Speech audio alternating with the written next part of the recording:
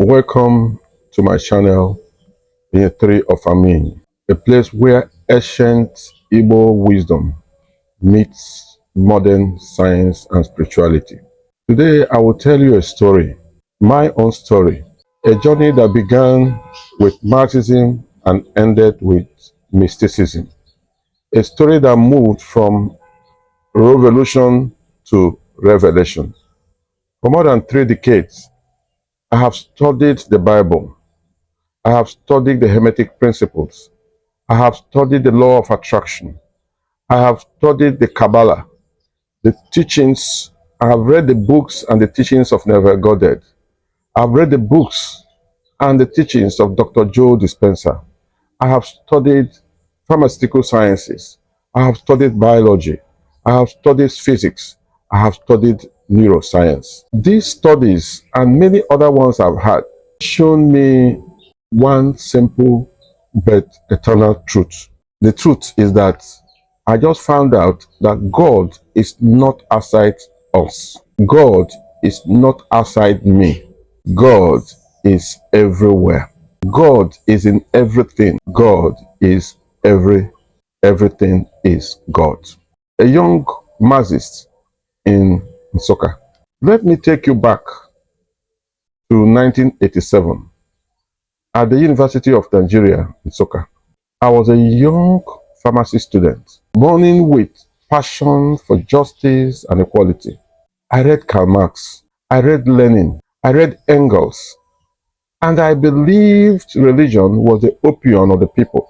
From 1988 to 1989, I served as public relations officer of the University of Nigeria Nsukka Students' Union government. Those were the days of fairy debates, tests, anti-SAP demonstrations, radical ideas.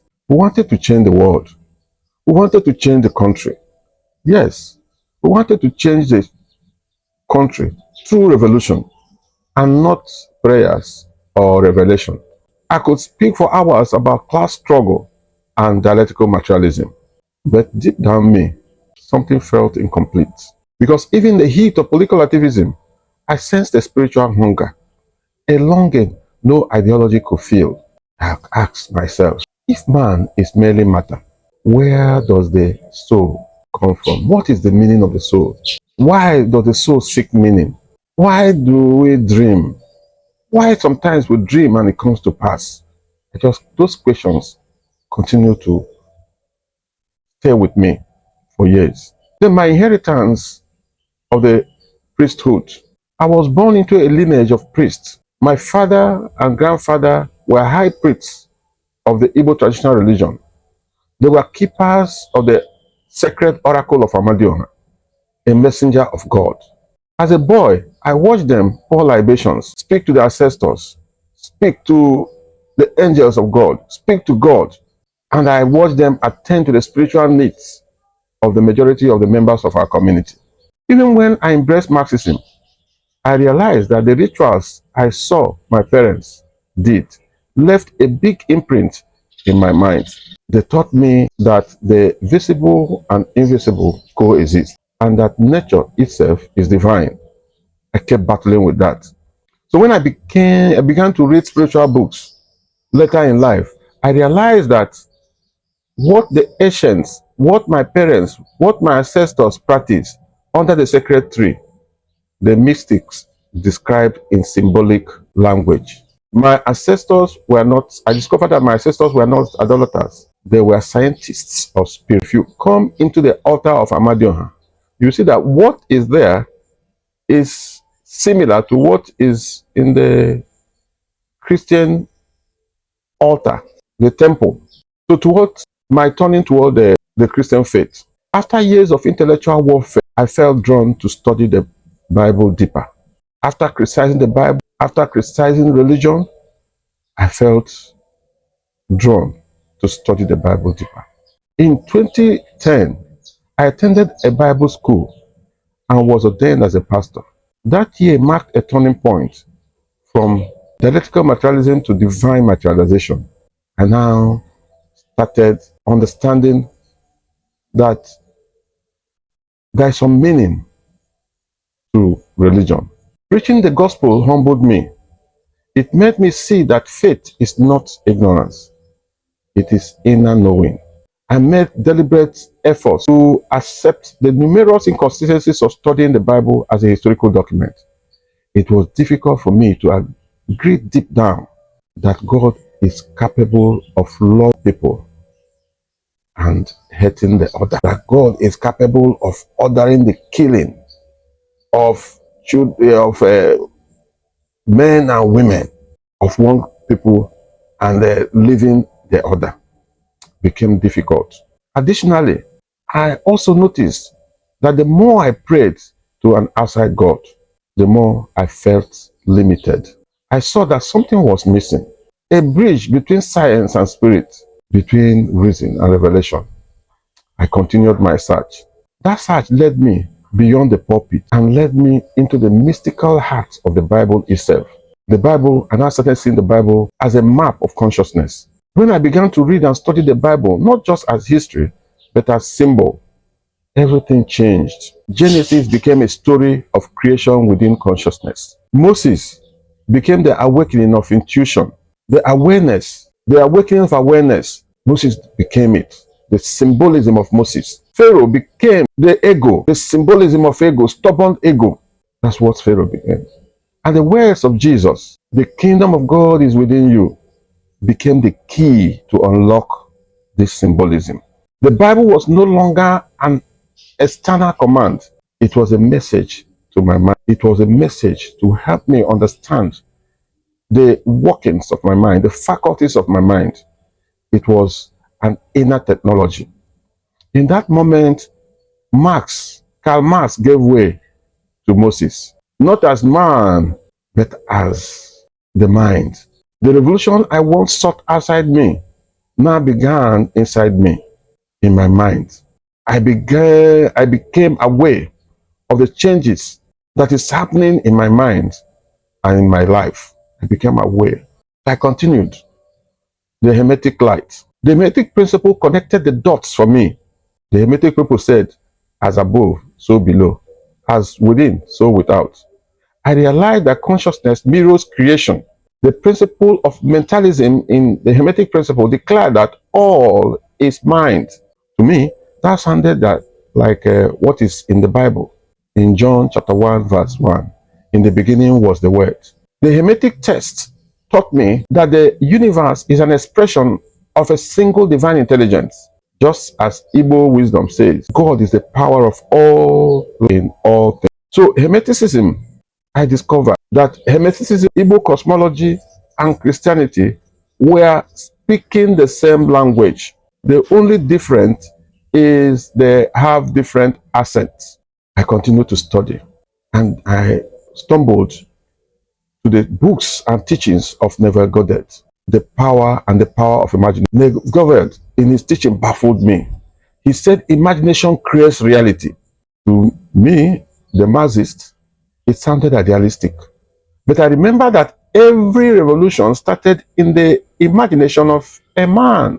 The revolution in Russia, in China, started in the mind of man. So Neville explained that the Bible characters are states of mind. To me, I understood that born again is to awaken from ignorance to awareness. And when you move from ignorance to awareness, you are born again, you are transformed. You see life differently. You enter into a different frequency. So when I imagined peace and gratitude, I was sowing new courses into the field of life and they bore fruit. Indeed, I began to see new life. When I keep picturing new things begin to come. That is when I saw that the law of attraction is not superstition. It is a law of resonance. You know that you do not attract what you want, but you do attract what you are in vibration with. That's what I learned. I found out that you cannot be in the vibration of hate and you have love. You have things that will give you love. I continued. I studied Joe Dispenza's book and the science of faith. The science then confirmed what the scripture and mysticism has whispered. Dr. Joe Dispenza showed how our thoughts change biology. Every emotion releases chemicals. Every belief rewires the brain. When we meditate or visualize, we shift from old neural patterns to new ones. From faith, literally reprograms the nervous system. Faith, state of mind, reprograms the nervous system, reprograms our body. The scientist in me rejoiced. The pharmacist in me understood that the body is a chemical laboratory and consciousness is the chief chemist. Neuroscience indeed shows that the human brain is bombarded with hundreds of millions of sensory stimuli every second. Light waves, sound waves, smells, bodily sensations, internal thoughts. Yet we are consciously aware of a tiny fraction of this through the powerful brain network called the reticular activating system. Quantum physics added the final seal. Reality exists. Quantum physics told us that reality exists in infinite potential until consciousness observes it. Just as God said, let there be light. Our focal awareness collapses possibility into. So I continued to study. I studied the Kabbalah. The Kabbalah taught me about Ein Sof, what they call the infinite light. From it flow the 10 Sephiroth. That's what the Kabbalah says. Call them divine qualities that sustain the cosmos. Wisdom, understanding, beauty, and all the rest of them. Each is a window into the same infinite. When I studied that, I remembered I remembered that the Igbo deities represent the different aspects of Chukwu, even the Igbo market days. This shows me that what we have in every part of the world is different names for the same thing, the same one energy, one God, and one universe. It showed me that spirituality is a universal geometry. The same pattern repeated in different cultures called different names. Well, let's arrive at synthesis. God in everything. All these parts, Marxism, Christianity, Hermeticism, Kabbalah, Neuroscience, Igbo wisdom, physics, chemistry, biology, they all converge to one realization for me. And I hope it will do for you. That there is no outside agency. The universe is alive with the presence of God. God is the universe. The universe is God. The universe is you. You are the universe. So sometimes when you leave your ability that God has given you to face challenges, you leave it to go and praying and calling God to come and help, you may be missing the point. Matter and spirit are one continuum. The differences they have is the differences of frequency. Energy and consciousness dance together. The differences they have is differences of vibration and frequency. When I look at my people, I see divine sparks. I see God. When I breathe, I feel the breath of Chukwu within me. The Igbo proverb says, one Igbo proverb says, when a man believes, his spirit agrees. I like that proverb because it is like a summary of all that I've been studying. Belief is creation. This is not theory. It is daily practice. Our thoughts are prayers. Our emotions are offerings. Change your belief. Change your thinking. You'll see everything about you will change. So the mission of Inye of Amenyi channel, this is my mission. The reason I founded this channel, Inye of Amenyi, is to help others build the principle, beliefs, and values that lead to living as one with God. Having the awareness, having the understanding to enable you have success in whatever you put your hands. Have peace and have the spiritual power to live as an aspect of God, not as a slave. Here, in this channel, we explore the science of consciousness, the philosophy of leadership, the wisdom of our ancestors, and the oneness of God in all things. We attend to the body too. We talk about blood type diets and all those other things.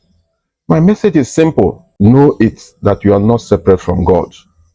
You are the expression of God. You are the temple of God. Your thoughts, words, and actions shape your kingdom, both within and without. You are the creator of your own world. You are the creator of your own world. You have life and death in you. Anyone you choose to create will manifest for you. So subscribe, share, and join me in this path of awakening. Because every kingship begins inside. You are a king. As Jesus said, you are gods. As the ancient says, as our ancestor says, Chi de Nimem, God dwells within man. Till next time, remain conscious, remain royal, remain whole.